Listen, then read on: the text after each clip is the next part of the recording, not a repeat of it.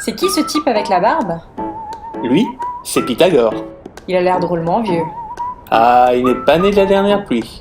Et qu'est-ce qu'il a fait pour qu'on parle de lui aujourd'hui? Eh bien pour commencer, c'était le tout premier à dire que la Terre était ronde, et on lui doit le terme de cosmos.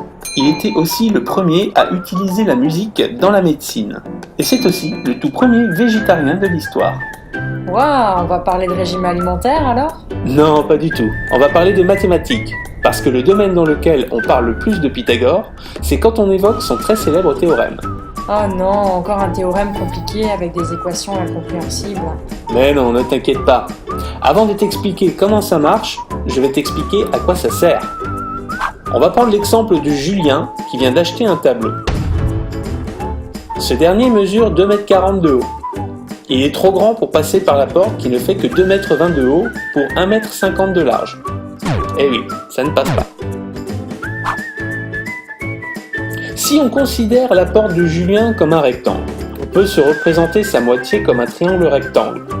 Si l'hypoténuse de ce dernier est plus grand que la hauteur du tableau, il ne reste plus qu'à l'incliner pour qu'il passe. Seulement voilà, Julien n'a pas de quoi mesurer. C'est là que le théorème de Pythagore entre en jeu. Voilà ce qu'il dit. Lorsqu'on a un triangle rectangle composé des côtés A et B et de l'hypoténuse C, alors la somme des deux côtés du carré est égale à l'hypoténuse au carré. A au carré plus B au carré égale C au carré. Appliquons maintenant le théorème à notre exemple. Les deux côtés de la porte mesurent 1,50 m et 2,20 m. Leur carré additionné me donne 2,25 plus 4,84, soit un total de 7,09.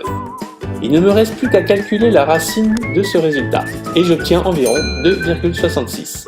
Nous connaissons maintenant la longueur de la diagonale de notre porte, le tableau passe. Julien a donc réussi à faire entrer son tableau. Il est quand même fort ce Julien. Oui, il est fort. Très fort. Très fort.